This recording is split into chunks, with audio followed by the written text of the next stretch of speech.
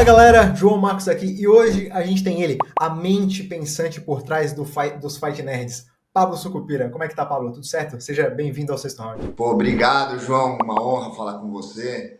Aí tava esperando esse convite aí. Bora que tem assunto hoje. E Pablo, eu queria começar falando que, cara, vocês conseguiram chegar a 19 vitórias consecutivas com os 4 principais e com o sucesso vem vários transtornos, dores de cabeça, que é natural, né? Mais dinheiro, é mais problema, é mais atenção, é mais tempo perdido com coisas que não é treinar, né? Além da pressão e expectativa que é natural do público. E bem nesse hype, bem nesse momento, vocês tiveram a primeira derrota com os 4 principais. E eu queria saber, essa derrota do Carlos, cara, como é que ela afeta a moral da tropa? Cara, primeiramente, eu nunca considerei a Fight Nets uma equipe invicta. Quando se vendia esse status, nunca perde, estão invictos, era uma coisa de fora para dentro e não de dentro para fora. Porque mesmo com os 4 ganhando tudo, aqui no Brasil a gente perdia lutas, tinha outros atletas da Fight Nets que também perderam lutas. A gente ganhou lutas com a Bruna, perdeu lutas com a Bruna, o Kainan, a Chitara, o Thiago Moisés, foram vitórias e foram derrotas, mas o que ficou para a mídia foi o feito incrível que foram esses 4 ganharem 19 lutas seguidas. E contando as do Contender, chegaram a ser 24 lutas. Então acho que a notícia é muito legal, é um feito incrível, eu tenho muito orgulho disso. Mas, de novo, nunca considerei a Fight Nets uma equipe invicta. Eu acho que um maior ativo que a Fight Nets tem é o quanto a gente melhora depois de uma derrota. O quanto a gente aprende com uma derrota. E a gente nunca teve a oportunidade de mostrar isso tão claro para o público. Então, eu acho que temos, mais do que nada, uma oportunidade de mostrar quão bem a Fight Nets evolui depois de uma derrota. O quanto a gente aprende, o quanto a gente melhora. Então, assim, tô triste, não queria ter perdido, mas tô com mais fome. Tô querendo trabalhar mais, tô aceitando algumas coisas que estavam mais difíceis. E pode ter certeza, vocês vão ver uma Fight Nets melhorada. Assim, expectativa gerada, a gente sabe o quanto o público é imediatista, né? E isso pode trazer um momento de baixa pro pessoal. Como é que tu gerenciou essa derrota internamente com cada um da equipe? Cara, primeiro, desapegar um pouco de elogio e crítica, que é muito volátil. Acho que hoje em dia com a internet, de uma semana para outra muda tudo. Então, assim, nem somos os melhores do mundo na vitória, nem somos os piores do mundo na derrota. E também acho que precisávamos de uma derrota, até de uma não digo rivalidade, criou-se esse lance com a shootbox aí. Tem rivalidade, não tem? O Diego Lima falou na competitividade. Posso falar numa rivalidade nerd, porque não é uma rivalidade que nasce do ódio, mas uma rivalidade que nasce da admiração. Eu admiro muito o Diego Lima, admiro muito a Shootbox, sou fã, cresci sendo fã da Shootbox e sempre sonhei estar no patamar deles. Então, quando a gente rivaliza com eles, é mais no sentido de querer chegar na altura deles, chegar no patamar que eles estão. Por essa ameaça externa, essa rivalidade, essa competitividade externa, gerou uma união dentro do time. Porque quando está ganhando tudo, de repente o rival é a gente mesmo. Então foi importante a gente ter alguém de fora que ameaçasse a gente, que rivaliza com a gente, ou que compete com a gente, até para unir mais o time, para buscar forças de dentro. E assim, superado. O Carlão é um cara que eu quero que esteja mais perto do time. A gente é uma parceria com a VTT, que é uma equipe que eu admiro demais. O Christian Nogueira é um cara que cria verdadeiros talentos lá em Taubaté, mas eu gostaria que o Carlão, viesse mais para perto, tivesse mais com a gente um pouco, o Cris junto, e a gente conseguisse construir uma nova performance, um novo estágio do Carlos Prates. Eu acho que agora é uma caminhada até o cinturão, afunilou bastante. Tá, e tu sente que esse distanciamento, né? Porque o Prates estava treinando em 2 academias. Tu sente que se ele tivesse mais próximo da Fight Nerds, treinando todo dia com vocês, teria mudado alguma coisa no resultado? Não sei, eu acho que não. Eu acho que ele...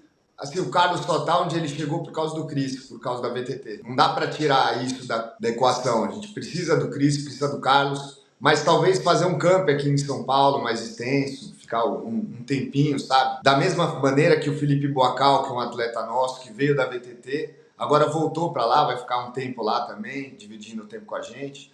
Eu acho que essa troca é importante e às vezes mudar um pouco. Sim, continuamos parceiros, ele continua VTT até o fim, mas de repente sabe, tomar um remédio diferente um pouquinho, às vezes pode ajudar. Tá, e tu tinha falado, né? Chegar no mesmo patamar da chutebox do Diego Lima. Hoje, você sente que você chegou nesse patamar? Você tá igual à chutebox? Ou falta alguma coisa? Ou vocês ultrapassaram a chutebox? Pela história, pelos resultados obtidos, eles ainda são maiores que nós. Eles já tiveram campeões. A Chutebox, assim, na minha opinião, foi a maior equipe de todos os tempos. E o Diego Lima tem uma história incrível, cara, veio antes de mim. Fomos escolhidos no ano passado a melhor equipe do mundo, então talvez estamos num momento melhor, talvez esperem mais da gente do que esperam deles, mas, assim, na minha cabeça, eles são uma equipe maior que a gente ainda, respeito demais eles. Admiro e vou me inspirar e buscar o que eles têm para compartilhar com eles a hegemonia brasileira do MMA. Mas, tipo assim, você sempre foi um cara que não é só um treinador, né? Tu também tem essa mente empresarial, pensa em marca, pensa no marketing. De certa forma, tu queria que se criasse uma rivalidade entre Chutebox e Fight Nerds para, quem sabe, reaver o que a gente já teve de rivalidade com Chutebox e Brazilian Top Team? Ou foi uma coisa que estava Ah, é acontecendo, legal, estava cara. deixando natural? Eu acho legal, eu acho bacana, eu acho. Assim, com respeito, eu acho que o que aconteceu lá na luta do Carlão com o Ian Gary, pegaram um momento que foi uma coisa mais pessoal entre duas pessoas e porque filmou ali na hora, expandiu muito. Mas não é o que a Fight Nerd pensa da Shootbox, não é o que a gente tem dentro da gente. Eu acho legal a rivalidade. Sabe o que é o mais legal, assim, que a Fight Nerd está trazendo? Voltou-se a falar de equipe de MMA, porque se fala muito pouco. Acho que o maior feito que eu fiz para o mundo do MMA é mostrar a potência que um time de MMA pode ter. Você vê a NBA, o SBF, primeiro vem o time, o Lakers, o Clippers, e pô, e daí tem um atleta também, mas o time é um player muito grande, um ativo muito grande para a entidade. E no MMA não tinha isso. Era apenas um grupo de atletas que treinavam sob o comando de um treinador. Mas não tinha um conceito, não tinha uma marca, não tinha um grupo. E eu acho que a Fight Nerd está mostrando que o time de MMA pode ser muito mais do que se imagina. E pô, só de estar falando de rivalidade Fight Nerds, shootbox, eu acho legal, eu acho que traz o foco. Voltou-se a falar muito da shootbox também, da Fight Nerds por causa disso. De novo, com respeito, com admiração, mas, pô, legal, legal, uma rivalidade, uma competitividade. Eu sei que eles não têm essa... O Diego Lima falou, pô, que não tem essa coisa que tinha da BTT com a Shootbox, não tem essa raiva. Mas, pô, os caras, na luta do Carlão, teve o trash talk do Ian Gary bastante. Ele começou a fazer o trash talk antes da gente. Lá também ele deu umas alfinetadas na gente. Então, não dá pra falar que não tem. Tem. Então, por ti, então rolaria tranquilamente um Charles do Bronx versus Ruff, para ti seria o creme de la creme. Cara, pelo título. Pelo título eu gostaria de ver. Antes disso, não gostaria. Não gostaria mesmo. O Charles... Antes de mais nada, o Charles foi um cara que recebeu a Fight Nerds muito bem, cara. Eu acho que lembra. Primeira luta do Caio fora dos Estados Unidos, em Abu Dhabi. Pô, um monte de russo lá, mal encarado, levando uma. O Diego Lima, o Charles chegaram do nosso lado. Porra, fala, mano, vocês estão com nós, vocês estão Brasil também. E isso tem que ser repassado, entendeu? A gente tava agora em Cuiabá no LFA, tinha um pessoal da Chutebox lá, a gente se uniu, tiramos foto junto, o Charles estava lá também, veio dar um abraço na gente. Eu acho que isso não pode se perder. Mas, pô, se chegar no cinturão, pô, Charles e Ruff, pelo cinturão do UFC, eu acho que é uma vitória dos dois times. Assim, com o crescimento, a gente sabe que vem as dificuldades, né? Porque a equipe vai crescendo, vai tudo aumentando e os Fight Nerds se tornaram estrelas, né? Todo mundo quer a atenção deles, todo mundo quer falar com eles, todo mundo quer eles. E agora a gente fica, por exemplo, pô, o Jean apagando um cara aqui em São José, aí, pô, tem o Prates indo para uma festa, aí um monte de comentário dele bebendo ou fumando, e aí o pessoal vai criando hate em cima disso, ou vai criando comentário em cima disso. Como é que é gerenciar esse sucesso todo com todo mundo olhando, sendo que tu não pode fazer nada que tem alguém olhando pro que tu tá fazendo? Porque isso é uma novidade, tanto para os lutadores quanto para você, né? Cara, primeiro foi uma decisão, ou eu tinha uma equipe homogênea pequena, ou uma equipe heterogênea grande. E, cara, somos uma ferramenta de evolução pessoal. Acho que não digo que somos todos nerds, no sentido categórico da palavra. Mas eu acho que o nerd, antes de mais nada, é o único cara que tem um propósito na escola ou na faculdade. Ele sabe o porquê ele está lá. Então, meus atletas assemelham muito aos nerds por isso. Eles sabem porque eles estão na academia, eles têm um propósito de vida, eles entendem a ferramenta que é a arte marcial na vida deles. E eu considero que a Fight Nerds melhora as pessoas. Então, o Jean, antes da Fight Nerd, cara, ele melhorou muito na Fight Nerds. O Carlão melhorou muito na Fight Nerds. Só que do jeito deles. Eu não tenho como impor uma doutrina. A gente tá lidando com campeões do UFC, os caras são alfa pra caramba. Não posso impor uma coisa, mas dentro disso, a melhor versão do Jean é a que tá na Fight Nerds. A melhor versão do Carlos é a que tá na Fight Nerds. Então, eu tento aconselhar. O que eu mais posso fazer, João, é pelo exemplo. O meu exemplo, você nunca vai me ver fazendo algo que eu não concorde. Eu tento dar o exemplo. E mesmo assim eu erro também. Eu erro. Quando eu erro, eu tento me redimir, eu falo. Eu acho que o meu exemplo é a melhor forma de doutrinar alguém. E a partir disso, respeitando os limites éticos da equipe, cada um vai ter sua personalidade lá. Eu acho que o Jean faz as brincadeiras dele, mas pô, você vê os mesmos caras que ele brinca adoram ele. Não é bullying, é uma amizade, assim, tem uma brincadeira de repente mais com a mão, com força, mas os caras adoram ele. O cara que ele mais brincou de mão lá na conferência de imprensa lá de Vegas, fez uma tatuagem dele na perna. Cara, você vai falar que é um cara que não gosta do Jean? Agora o pessoal da Full Violence veio aí, o cara quer fazer uma tatuagem do Jean também. Mas ainda sobre essa dificuldade do crescimento, o Ruff falou recentemente que não aceitou o Matheus Ganrot porque não tinha nenhum dos treinadores principais ali com ele para focar para esse camp, né? Como que faz para gerenciar essa equipe para não acontecer isso? Porque o Ruff mesmo falou, né, que vai ter academia nos Estados Unidos, vai ter 3 unidades, né? Como é que vai fazer esse gerenciamento e divisão da equipe técnica também, né? Porque a Fight Nerds não é só os lutadores. A gente está num processo de escalonamento. Eu era aquele sapateiro no sul da Itália que fazia uma bota incrível. Chegou um cara lá e falou, vamos exportar para o mundo inteiro essa bota. Meu trampo agora é não deixar perder a qualidade do meu produto. Então, esse escalonamento se dá através de processos, pessoas e estrutura. Então, estamos trazendo mais pessoas para o time, estamos melhorando os processos, vamos expandir a estrutura.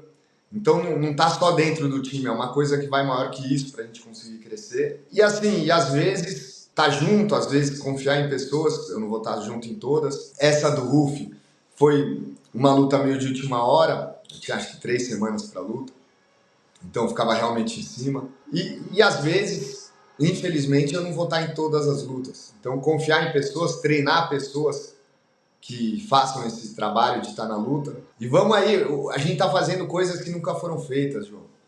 Eu acho que o que a Fight Net está fazendo é sem precedentes. Então eu não tenho uma régua para seguir, eu não tenho, pessoas que já fizeram para imitar.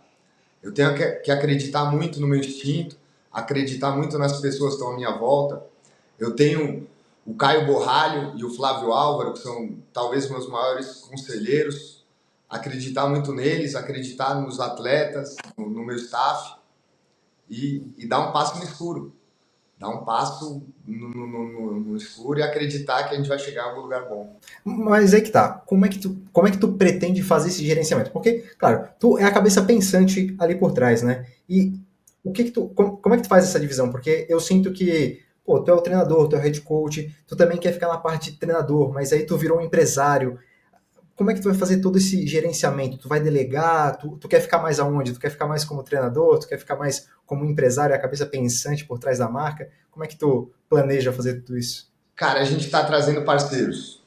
Tem empresas, parceiros, não posso falar muito, que estamos no meio de algumas negociações, mas estamos trazendo parceiros. A minha ideia é voltar a ficar mais no laboratório, mais como treinador mesmo. Mas parceiros tu diz como SAF no futebol? Tipo, vem uma empresa, vai gerenciar algo a parecido equipe? com isso. Parecido com isso. Eu não vou perder a autonomia da minha empresa, eu continuo sendo o maior tomador de decisões, mas estamos trazendo não investidores. Eu tive muitas propostas de investidores que queriam comprar parte da Fight Nets, mas não é essa a questão. A questão é trazer know-how, trazer pessoas que saibam trabalhar e expandam a Fight Nerds. Eu acho que eu preciso trazer um faixa preta de franquias, um faixa preta de merch, um faixa preta sabe, de licenciamento. Isso, cara, eu faço, sou eu que faço, mas não é minha especialidade. Então, o que vai permitir eu estar mais tempo no tatame é eu ter um time de faixas pretas que possam fazer a Fight Nerds agir em muitos ramos. Porque, como eu falei, não somos apenas um time. Somos uma marca e um conceito. Muitas pessoas se identificam com a Fight Nerds, às vezes até sem conhecer atletas do time, mas se identificam com a ideia. Eu estava falando, a gente recebe mensagem de criança aluno que sofria bullying e foi com óculos da Fight Nerds para se enfrentar o bullying. Então, são coisas que expandem o esporte. E para trabalhar esse lado, eu vou precisar de parceiros, precisar de marcas, precisar de pessoas com know-how disso. Eu entendo que a Fight Nerds é uma empresa que vai muito além do esporte. Então, por isso, teremos novos sócios, teremos novas pessoas trabalhando. Eu estou num momento de trabalhar isso, de desenrolar esse nozinho aí. Mas, cara, o que eu posso prometer é que esse ano muitas coisas novas da Fight Nerds vão ser apresentadas. Então essas unidades que vão lá para fora, tipo nos Estados Unidos, ela não vai dividir a equipe, ela vai ser tipo uma unidade extra, vai ser uma franquia. Tipo, o Carlos, o Jean, o Caio, o Ruff vão ficar ainda treinando junto com você, o Flávio, não vai ter uma divisão da equipe, né? A princípio não vamos dividir a equipe. O Ruff tem esse sonho já há algum tempo de morar nos Estados Unidos, ele está com 2 filhos, teme um pouco pela segurança, tem investidores lá que gostariam muito de ter ele lá. Então, eu não sei como vai ser com o Ruff. Eu torço para que ele fique até o cinturão aqui com a gente. É um cara que me ensina muito, um cara que aprende muito comigo. E eu tenho falado assim, calma, Ruff, calma, tá? O negócio tá dando tão certo aqui, segura um pouquinho mais a onda, daqui a pouco você vai. E vou torcer para que pelo menos até o cinturão ele fique aqui com a gente e depois levante voo aí. E tu deu o exemplo do sapateiro, né? Mas tu sente que com essa expansão tão forte e tão grande assim, pode prejudicar um pouco na qualidade? Porque aquilo, né? Vocês vão continuar junto, mas pô, vai ter que ter contratações de pessoal, equipe para cuidar dessas outras unidades. Como é que tu vai escalonar isso tão rápido de uma maneira que não perca a qualidade? Ou é uma coisa que já tá no teu cálculo, tipo assim, vai perder qualidade? Tá no cálculo, mas eu tenho freado bastante esse crescimento. Até o pessoal reclama, porque muitos atletas mandam mensagem para treinar aqui e a gente não consegue atender mais ninguém. E eu tenho freado muito esse crescimento para isso. Porque da mesma maneira que muita gente quer vir treinar aqui, se perder a qualidade, as pessoas vão querer sair daqui. Então, o meu principal foco agora é crescer com solidez, com firmeza, sabe, dar passos seguros. O índio, quando anda na selva, ele só tira um pé do chão quando o outro está firme, que ele nunca sabe aonde ele vai pisar. Então, eu tenho que estar muito firme no meu caminhar, tenho que ter muita, não só segurança no crescimento, mas comprometimento com quem está aqui já.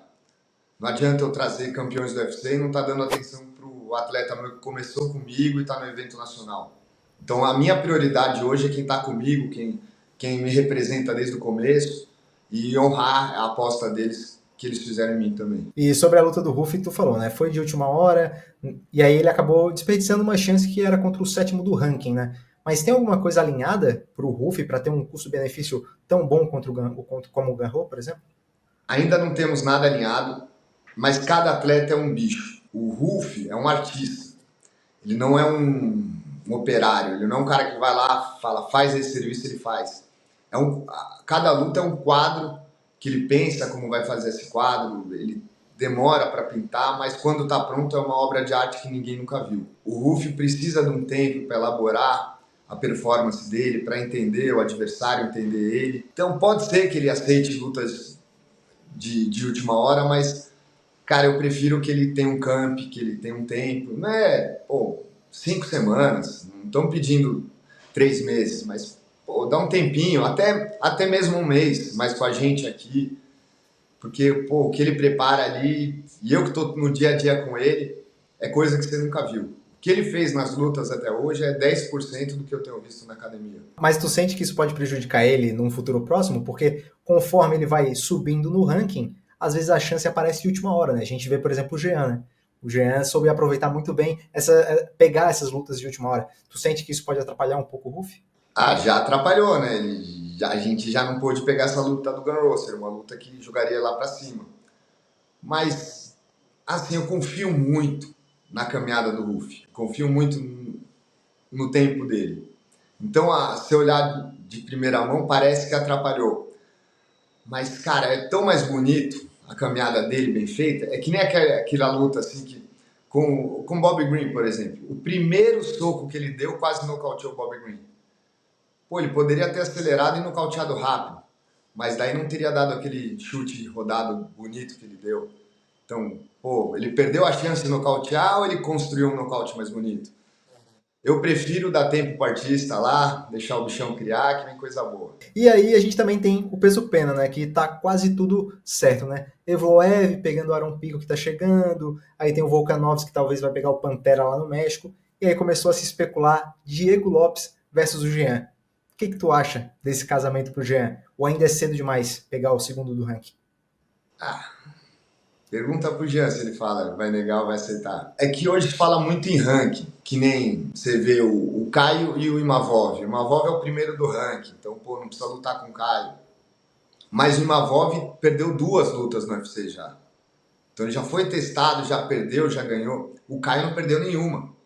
Então faz sentido o número 1 do ranking, que vem de 5 vitórias, pegar um cara que só venceu no UFC. E quando você fala de 6-6, é a mesma coisa. O Jean é um cara que vem de 4 vitórias, 5 vitórias com contenders, nocauteou todo mundo. Então, independente de ranking, quando você pensa em pô, quem tá na briga para ver quem é o melhor, faz sentido botar o Jean com o Diego. Porque o Diego só perdeu o Devaloev no começo, mas daí ganhou algumas lutas muito boas e foi perder só pro campeão. De repente vai pegar um cara que ganhou de todo mundo e nocauteou todo mundo. É muito mais interessante do que você pegar um cara que é 3, 4 do ranking, mas já perdeu um monte de luta, já foi testado. Então, a gente fala em ranking, mas tem que pensar que o ranking é para ver quem é o melhor. E muitas vezes você quer saber quem nunca perdeu. Porque quem já perdeu, pô, é o segundo ranking, mas tá vindo de 2 derrotas, 3 derrotas. Não é tão interessante como um cara que não perdeu nenhuma, vindo de 5 nocautes, só que tá 10º do ranking. Eu quero ver esse cara.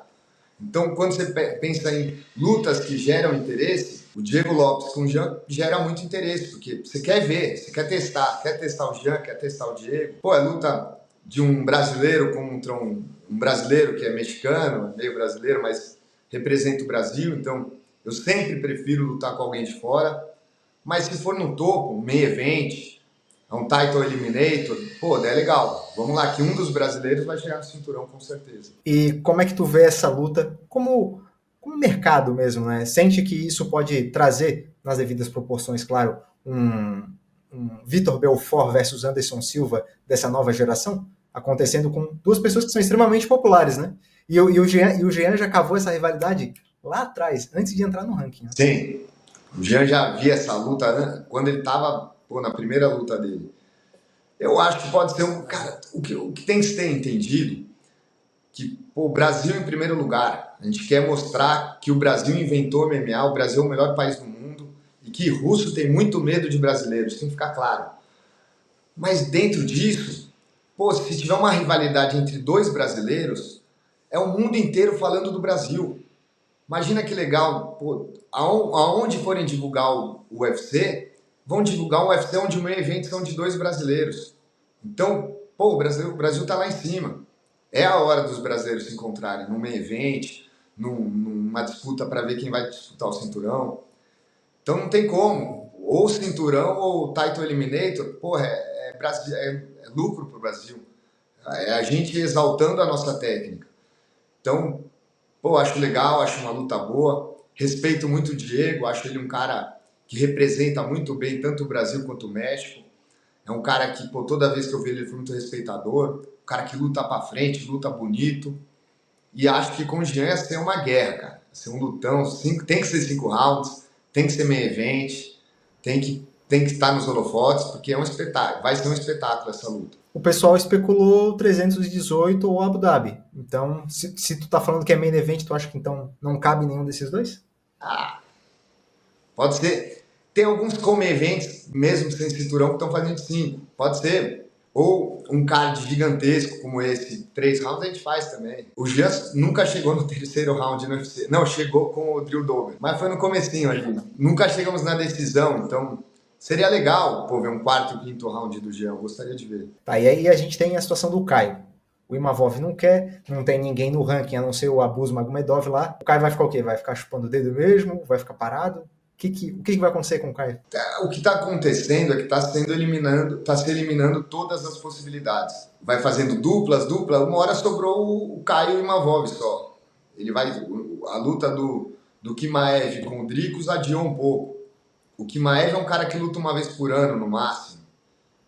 Vai acabar ficando inviável pro Imavov esperar para lutar pelo cinturão. Ele vai ficar inativo quase 2 anos. Eu acredito que ele vai aceitar essa luta uma hora ou outra. Eu acredito que o UFC vai fazer essa luta acontecer. Eu confio muito no UFC. É uma luta que o mundo inteiro acredita que faz sentido. Voltando ao ranking, ele é um do ranking, não precisa lutar com o Caio. Mas ele é um do ranking que já perdeu 2 lutas no UFC. O Caio é o número 6, que nunca perdeu 29 vitórias, incluindo as 2 do Contender. Eu acho que o Caio nunca pegou um nome popular. O que falta para o Caio é um grande nome. Ganhar de um Strickland, de um Adesanya. Então, o que falta pro Caio... Mas aí tu tem o Strickland falando que, pô, o Caio é muito gente fina, não quero o Caio. Aí tu tem o Robert Whittaker que do nada apareceu o holandês. Não, vamos com o René de Ridder, então. Não vai lutar. Eu acredito muito no Caio Imavov. Eu acho que, assim, você pensando friamente, quais são os 2 caras que você quer testar pelo cinturão depois... São os 2, tá claro. Então... Esquecendo o ranking, as 2 maiores promessas da categoria são Caio Borralho e Imavov. Faz total sentido, então vai ser feito. Pablo, vamos ao tiroteio de perguntas duras. Qual decisão tomada como treinador você mais se arrependeu? Quando eu parei de treinar boxe e decidi treinar só MMA. Qual o atleta mais dedicado e disciplinado você já viu? Olha, dedicado é o Jean, disciplinado é o Caio, talentoso é o Ruf e solucionador de problema é o Carlos. E qual o mais duro no sparring, que coloca medo nos companheiros? O Ruf bota medo nos caras. Acho que é o Ruf. A maior evolução técnica, não chamava tanta atenção no começo e aí depois explodiu. O Jean melhorou muito na equipe. A Bruna tem melhorado muito. Tô querendo ver essa próxima luta da Bruna. O Caio tá fazendo o camping dela. Ela com o Caio, ela melhorou muito. E tem o pessoal de fora, né? Tem o Ícaro Brito, que, evoluiu demais. A Karine Killer, que tá com a gente agora, também acho que ela deve lutar em breve. Eu imagino que ela vai melhorar muito. Cara, tem bastante nomes, mas eu vou destacar esses. Qual o atleta que mais trouxe desafios pra você? Jean Silva. E o Jean é um cara muito intenso, assim. Não tem, hoje treinamos que nem um louco, 10 da noite, acabou o dia, 6 da manhã ele tá no 220 já. Então é um cara que me desafia muito e eu gosto muito de estar perto dele por causa disso. Pelo desafio que ele gera em mim e pelo quanto que eu preciso melhorar para estar com ele. E o nome de um nerd que o grande público não conhece, mas vai arrebentar? Falar alguns. De novo, Ícaro Brito, tá na cara do gol. Reginaldo Júnior. Chegou, talvez esse tenha sido o que mais evoluiu com a gente. Você perguntou, vou voltar nele. O Reginaldo chegou praticamente só um grappler, hoje é um nocauteador, nocauteou em 1 minuto o adversário no LFA. E é um cara que merece estar no Contender. Esse ano a gente vai ter o Vitor no Contender, vai ter o irmão do Orenchuk no Contender, o Ícaro deve estar no Contender, eu acho que ele merece também estar. São alguns nomes que eu acho que o público vai em breve tá ouvindo falar, e nomes que ele já conhece. Tem Felipe Boacal, que já é uma estrela mundial, tem o Lídio, tem o Jair, tem muitas pessoas boas lá, que o Giovanni Palacios é um cubano do wrestling, uma máquina. Eu acho que a turma de 2025 dos Fight Nerds vai ser parecida com a de 23 aí, que assombrou todo mundo no Contender. Paulo, prazer te receber aqui no Sexto Round. Se quiser deixar uma mensagem para o público, onde é que o pessoal pode te acompanhar, fica à vontade. Galera, agradecer a todo o apoio que a Fight Nerds tem, agradecer as críticas também. Eu sei que sempre que você faz algo grande e pretensioso vai ter muito hate, mas o que eu queria dizer é que o que a gente faz hoje é pelo Brasil, é pelo MMA. A gente está elevando o nível dos times no MMA, eu acho que isso é muito interessante. Eu acho legal terem times no Brasil que ganhem da gente também. A gente perde muitas lutas no Brasil e mostra quão forte não só o nosso time é, mas os outros times são. A Chutebox Diego Lima, o Lucas Mineiro, o João Emílio, o China. Eu acho que o MMA paulistano nunca teve tão em alta. Então, cara, eu fico feliz de fazer parte dessa nova leva do MMA brasileiro e paulistano. E mais que isso, eu fico orgulhoso de poder estar ao lado dos atletas que eu treino e ver as histórias bonitas que eles estão criando. Então, agradeço a todos, aos que elogiam e aos que criticam. E se você chegou até aqui é porque gostou dessa entrevista, então já deixa aquele like, ajuda a gente com o algoritmo do YouTube, também se inscreve no canal. Se está assistindo pelo celular, tem aquele botãozinho de hypar, clica nele, ajuda a gente bastante. Também não esquece de votar na gente no Prêmio Best e não perde a última entrevista que eu fiz, foi com a Natália Silva, quem sabe a nossa futura campeã do peso mosca feminino, e aqui em cima vai ficar a playlist com todas as entrevistas que eu trouxe aqui pro canal. Beleza? Então, valeu, até o próximo vídeo.